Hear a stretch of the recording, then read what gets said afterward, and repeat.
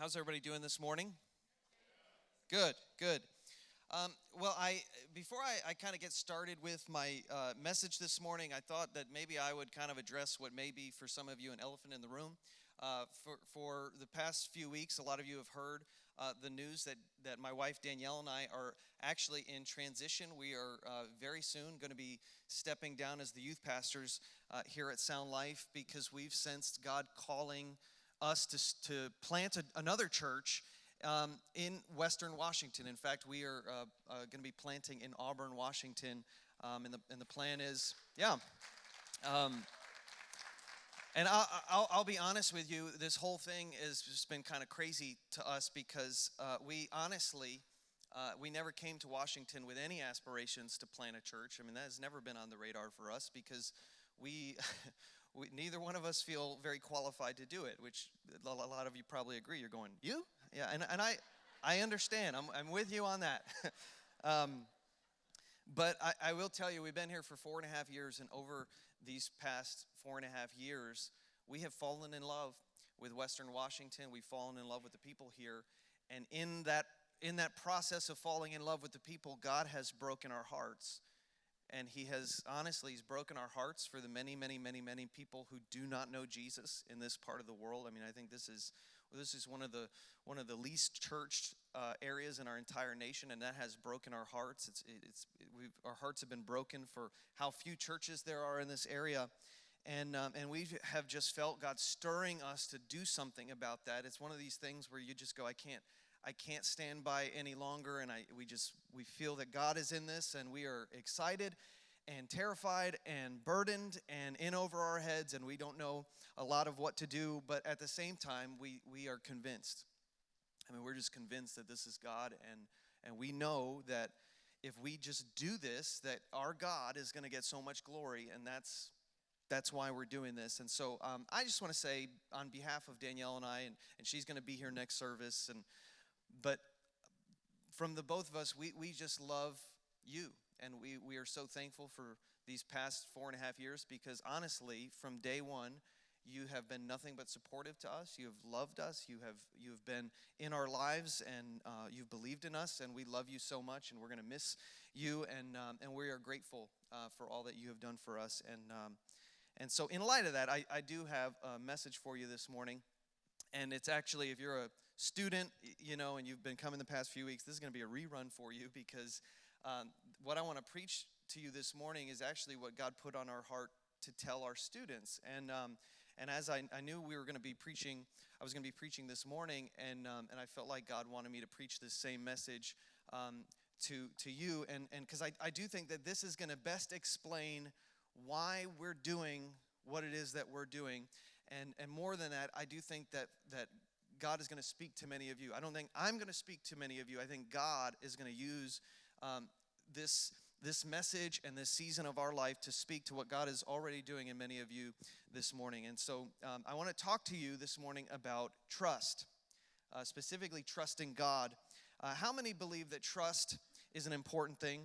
Just in relationships in general, trust is a pretty important thing, right? So years ago, I for whatever reason, I was really into snap button-down shirts. I don't know why. Today I can't wear them. I pop out of them too much, because of my muscles, because I'm so, but I used to be really into them. I had just a ton of shirts. I was always wearing these snap-down shirts, and I worked with a guy at a church in Texas. His name was Gabe, and he, for whatever reason, he loved seeing me in these shirts because when I wake up in the morning, I'm not very aware, and I would always, most of the time, just forget to put on an undershirt. I just put on the shirt, grab some coffee, and go, and pants and stuff like that too. So but I'd get to church, and he would see me, and he'd just run up and grab my shirt and just, and just rip it open and then run away. And it was always in places you would never want that to happen. I was in a staff meeting one time with other pastors, and he just runs in, and there I am, just bare-chested, and I just thought, Gabe, what are you doing? And it was so frustrating because it took at least 15 seconds to snap back up. I go, Gabe, snap, snap, snap, snap. Why do you keep doing this? Snap, snap, snap, snap, snap. I hate you. Snap, snap, snap, snap, snap. And then as soon as I'd snap it all together, he'd come running in again, and he'd rip it off again. And so I had a conversation with him. I said, look, Gabe, it's funny, I get it, but can you please stop doing this? It's embarrassing to me. And he said, okay, I'm not going to do it anymore. Trust me. And yet, the very next time I would wear a snap-down button shirt, it's just like he couldn't help himself. He did it one time. We were outside the movies, and there were girls there, and he just, ripped it off. And what am I supposed to do? Like, ladies, just there I am. And so, not surprisingly, my relationship with this person was not as close as it could be. I'll say that because I didn't trust him. And any healthy relationship requires trust, right? And the more trust you have in a relationship, the greater the relationship. That's true in marriage. I trust Danielle, and she trusts me. In fact, that's why our marriage is so enjoyable, because we trust one another. She's not, when I'm on my phone, she's not, who are you texting, and I'm not like, where were you between the hour of this and that, because we trust one another, and it really makes it an enjoyable marriage. Think of your closest friends, like the ones that you confide in, the ones who know your struggles. That relationship exists because of trust. And you find me any great relationship, and I will show you a relationship that is built around trust, a relationship that says, I trust you when you did exactly what I thought you were going to do, and I trust you when it doesn't look like you're going to do what I thought that you would do, and I trust you when things are going good, and I trust you when things are going bad. I just trust you. And see, that is the foundation and the nature of every great relationship. And it's true also in our relationship with God. There's often similarities between our relationship with each other and our relationship with God. And we need trust in our relationship with God. In fact, you cannot have a close, intimate relationship with God if you don't trust Him. And at best, your relationship is going to be this distant, religious, mechanical, kind of shallow relationship. It's just going to be a list of do's and don'ts and things like that, and I'll show up on Sundays, but it's not going to be anywhere close to the level that God desires it to go. And that is God's desire for your life and my life. Like, He wants to draw us into a relationship that has absolute trust.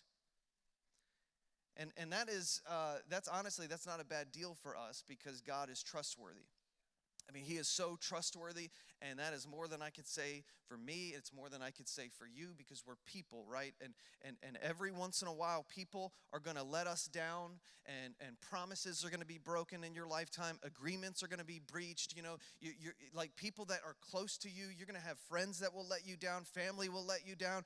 Co-workers, pastors, just people are people, and people will let you down. But here's the thing. God will never, ever, ever let you down. He won't do it, because He is good. And He is always going to be there for you. He will be there for you when times are good. He'll be there for you when times are bad. He knows what's best for your life. He is so good. He's one of those, He's this presence in your life that always knows what's best for you. Like, He has your best interest at heart. He's not trying to get something from you. He's not trying to take advantage of you. He is your heavenly Father, and He loves you very much, and He can be trusted, because He is always faithful, even when we're not faithful. And so that raises kind of an important question is, well, if God is so trustworthy, then why don't we just all trust Him all the time? Why isn't it easy for us? Because it's not, right? That's the reason. I mean, trusting God is hard sometimes, because trusting God involves a little word that we hate, and that's the word uncertainty. A lot of you winced when I said that word. We don't like it. We don't like things to be uncertain. We would rather God just kind of give us all the information that we need, and hey, let me just know what's kind of coming around the corner. Like, I want the details. I want to know what to do. I want to know just if everything is going to pan out for me or not, and I just would like it all up front, please, God. And that's the way that we often like it. How many of you like to watch Netflix or binge a show on Netflix? Let me see your hands. Yeah, a lot of us. I like to do that as well. And Danielle, if we find a show that we both like and that we both haven't seen before, which is very difficult, but if we find a show, we will watch it. And Danielle and I are so different, where I'm the type of person, I don't want any spoilers. I don't want to know what's going to happen.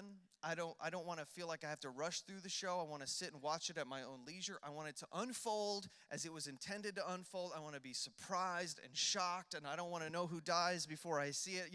I don't want somebody to tweet something that spoils it for me. I don't like that.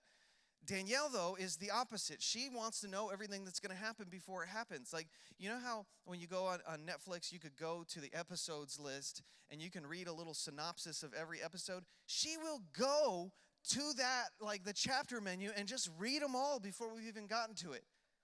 Isn't that insane? And I'm like, why are you doing that? And she just says, well, because I just want to know what to expect. I want to know what's going to happen. I can't wait. I'm like, that's just insane to me. And most of us, we don't watch Netflix that way, but a lot of us, that's the way we want it to be with God. We want to go to that chapter selection, and God, you don't have to give me every detail, but just let me know how it's going to all pan out. I just want to know. But you see, our relationship with God, it just doesn't work that way. God will often allow us to go through seasons of uncertainty where we don't really know what's going to happen, and we don't know how it's all going to work out, and we don't know what's next, because he wants our relationship with him to be at a place where there is absolute trust. And you can't have trust if you know everything that's coming. If he just divulges every little detail of your life, like, we have no reason to trust him. And yet he wants us to have a relationship with him that has absolute trust. And so the question for all of us is, how do you trust God in the midst of uncertainty? And to try and answer that, I want to read in the Bible in Mark chapter 14. Mark 14 is I think it's one of the most uncertain moments in the entire Bible, and it takes place into what we often refer to as the upper room, where Jesus and his disciples, they had come to Jerusalem, and they're gathering together to eat a meal to celebrate Passover.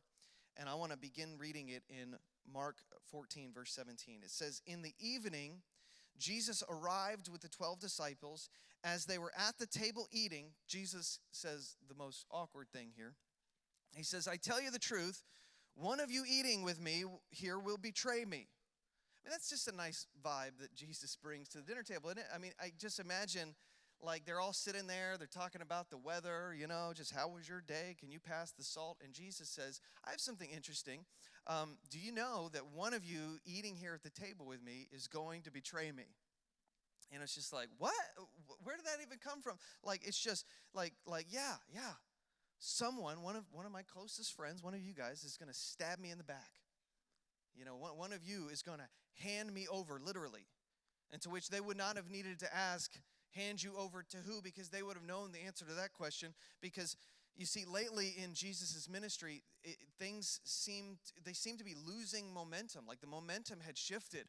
And they seemed to be losing influence, not gaining influence. And their enemies were growing in numbers. And, like, things were not going well for the Jesus team.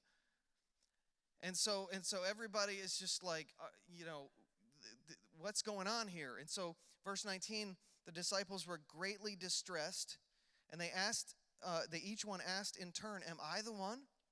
And he replied, "It is one of you 12 who's eating from this bowl with me, for the Son of Man must die. As the scriptures declared long ago, how terrible it would be for the one who betrays him. It would be far better for that man if he had never been born." And so the conversation just gets worse and worse and worse. It's like, first, okay, one of you are going to betray me, but now we know that this betrayal is actually going to lead to my death. And I'm telling you, if the disciples were not living in uncertainty before this moment, this dinner sure did the trick. It's like suddenly they're just like, what is going on? And can you imagine what is going through their minds? Like, all the uncertainty, these questions of, do you think that we've made a mistake? I mean, we've just spent the last 3 years following Jesus. We thought he was the Messiah.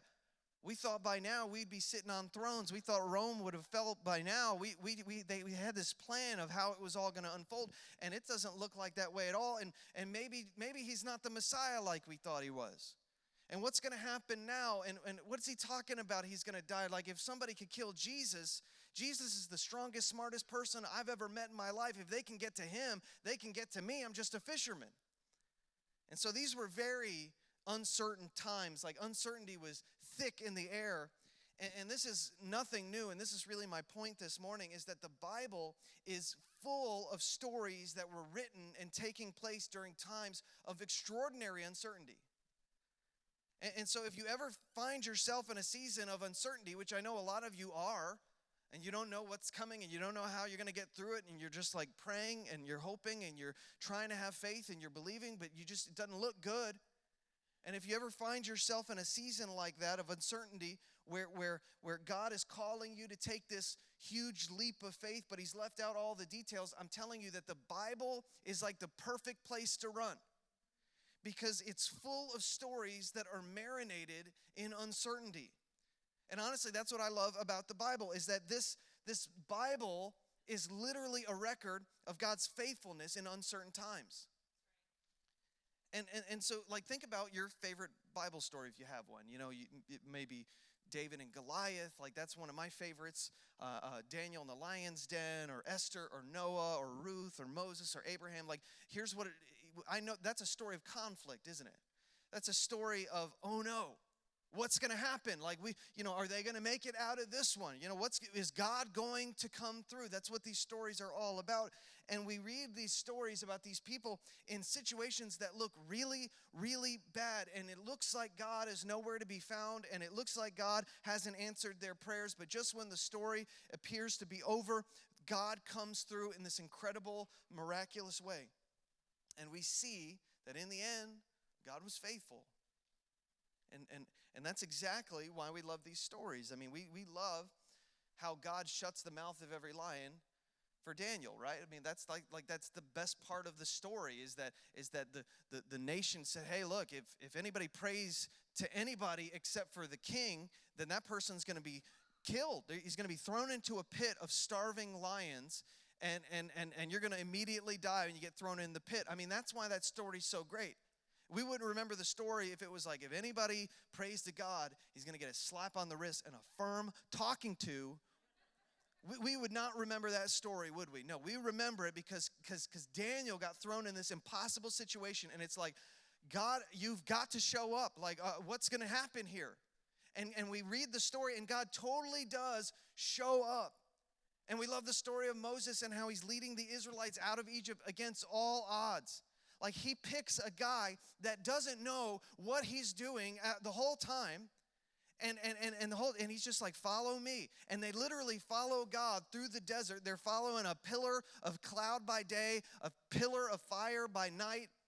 He had just split the Red Sea wide open for them to walk through. He just got them out of years and years and years of slavery. He did these 10 amazing, miraculous plagues that now has just made the God of Israel famous. Like, everybody in the world knows about this now. And it's like, but the whole time, Moses doesn't even know where they're going. They're just kind of wandering around. And yet we see that God is taking care of them. He's like producing water from a rock, and he's defeating their enemies for them. It's this amazing thing.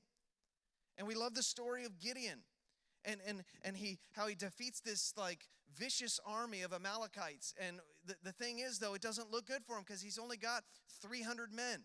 That's all he has. And they don't even have weapons. They have musical instruments. It's like a high school band versus a militarized army. And it's like, well, do I get a weapon? No, you get an oboe.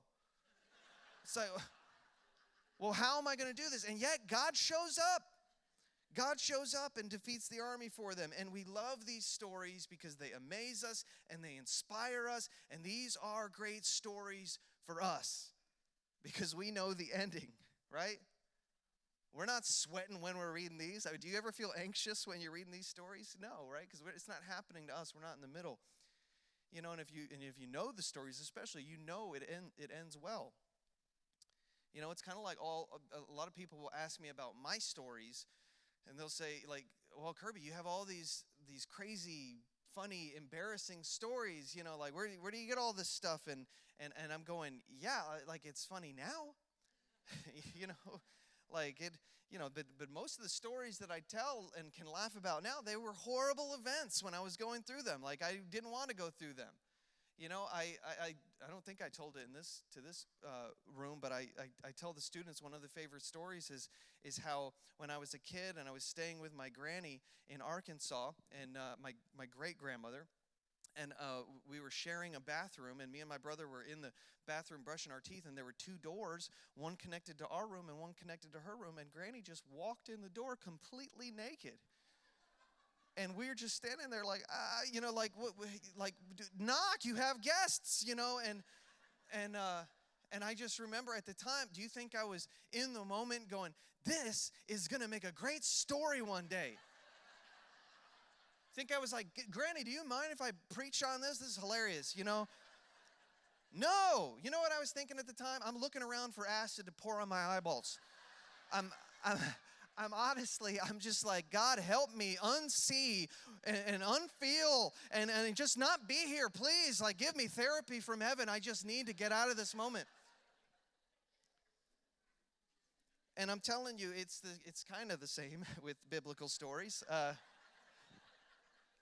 That we all love and we've all grown up knowing. Like, these stories, they're inspirational, they're fun to read. We love knowing these stories, but we can't forget, because it's so easy to. We can't forget that these are real people going through real events in history. Like, the Bible is not just a fairy tale. It's not some tall tale. It wasn't written by just one guy who started once upon a time and wrote till the end and said, and they all lived happily ever after. No, like, this is a collection of historical documents, a collection of letters and things like that. And these are real people going through very uncertain and very uncomfortable times. And all they had to go on, many of them, was the fact that God just said, go. Like, you think of Abraham, and God just says, I want you to go. And I'm sure he had follow-up questions like, what do you go where? Don't worry about where. You just leave where you're at, because I'm promising you, I'm going to be your God, and you're going to be my people, and I'm going to make you the father of many nations. That's my promise to you. It's going to happen, but you just got to trust me and go. Okay, well, how long is it going to take? How long are we going to be there? Don't worry about that. You just trust me and go. Well, what about all this stuff I'm leaving behind? I'm going to take care of you, Abraham. Don't worry about your stuff. You just go. And you see, we have the benefit of knowing the end of that story. We know that God was at work behind the scenes because we can read about it. But to the people going through these stories in real time, it did not feel all the time like God was working behind the scenes. In fact, a lot of the time, it felt like God was nowhere to be found. And so I imagine if we could go back in time and sit with the 11 disciples, not Judas because he betrayed Jesus, but the 11 disciples at the end of their life, and if we were to ask them, like, out of all your time following Jesus, like, what was like the hardest moment? What was the most uncertain moment? Where you just had the least amount of hope, and you may have thought, I think we made a mistake in giving up our lives to follow Jesus, and maybe he wasn't the one who he's saying he is. And like, when was the darkest moment for you guys? And I really do believe that they would unanimously say it began when we sat around that dinner table. And Jesus told us that things are not going to get better, but in fact, they're going to get worse. And not only would one of us, or not only would one of us betray him, but all of us would fall away. All of us would run away. And the one guy that was most confident, Peter, and said, I will never leave you, I'll never betray you. He denied Jesus 3 times, and then in a matter of hours, we all saw Jesus arrested and sentenced, and then we saw him die. And those were the moments where we were just sitting there thinking that this is all over. Like, the 3 years have amounted to this, and this is the end, and God is nowhere to be found. And yet I think that if we were to have a follow-up question and say, well, when was the time, in your time with Jesus, when was the moment where you think that God was doing his greatest work? Like, was it when Jesus was healing the blind guy? Like, that had to be an amazing thing. Or was it when Jesus, took the 5 loaves of bread and the 2 fish, and he just broke it apart, and he fed like 5,000 men and their families? Or was it when he raised Lazarus, his friend, from the dead, who had been dead for 4 days, and it's like the funeral was happening, it was a done deal, and Jesus just walks into the funeral and says, Lazarus, come forth, and he raises him from the dead? That had to be amazing. And I think that they would say those were all incredible. You had to be there. It was miraculous. It was life-changing. But you know what? It was those very same hours when God seemed to be doing the least. You want to talk about God's greatest work? It was those very same hours when God seemed to be a million miles away, because it was during those darkest hours that God was actually doing his greatest work. Like, that was the moment when the Son of God, who lived this blameless, perfect life, like laid his life down for humanity. And he got nailed to that cross, and he died, and we saw it, his last breath. It was there. He stopped breathing. He was dead. We put him in the tomb. And then, because he's the Son of God, he did exactly what he said he was going to do. And 3 days later, he rose up from the grave. And because of that moment, he restored our relationship with God. He restored humanity to God. And literally, like thousands of years later, all over the world, people are still going to look back to that moment, and they're still going to rejoice, and they're still going to talk about it, and they're still going to just rejoice because of God's grace and God's goodness. But if you would have asked us back then, we would have told you game over. Like, there's nothing going on here. God has left us, and we've wasted our lives. And I know that's a difficult message. That's a difficult message for myself too, because we often think, well, when God's involved, we should have more certainty, not less certainty, right? But it seems that you can't separate uncertainty from God's work behind the scenes. And so the question for you and the question for me is, are we still going to choose to trust God even when we can't see him working behind the scenes? Because what every one of the disciples eventually discovered, and what so many people in the Bible discovered, is that in the midst of uncertainty, God is certain. It doesn't matter the amount of lack of clarity that you have. It doesn't matter how scary it is. In the middle of all that, the only thing that is certain is God. Like, he is certain. And I know that many of you here this morning, you are in this place in your relationship with him where you really are serious about God. And you really do want to go to a deeper level with God.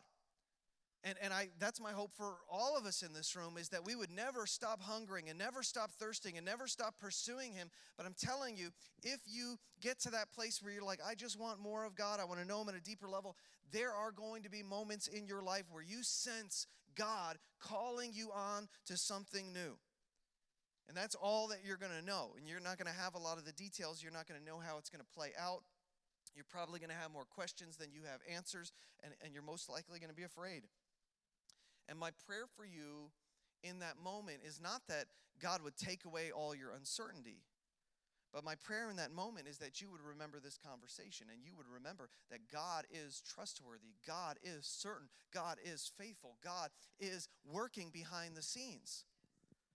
And that by choosing to, I can't see it, I don't understand it, I certainly don't feel it right now, but I'm going to choose to trust him in the midst of my uncertainty. My prayer is that your life and your trust would actually be a sermon to those around you. Just like these biblical stories are sermons to us about God's faithfulness and God's goodness, and your life could be that for somebody else. That the way you live and the way you trust and the way you respond to God when life doesn't seem to cooperate, that people would look at your life and that they would even without you saying it, that they would just hear your life screaming that God can be trusted. And so I want to pray for you tonight. If you'll bow your heads and close your eyes. God, I pray for all of us in this room, Lord. I know that you love us so dearly, and that all of us, you're calling us forward, no matter what. Like, it may be just a new season of life. It may be a big step. It may just be, a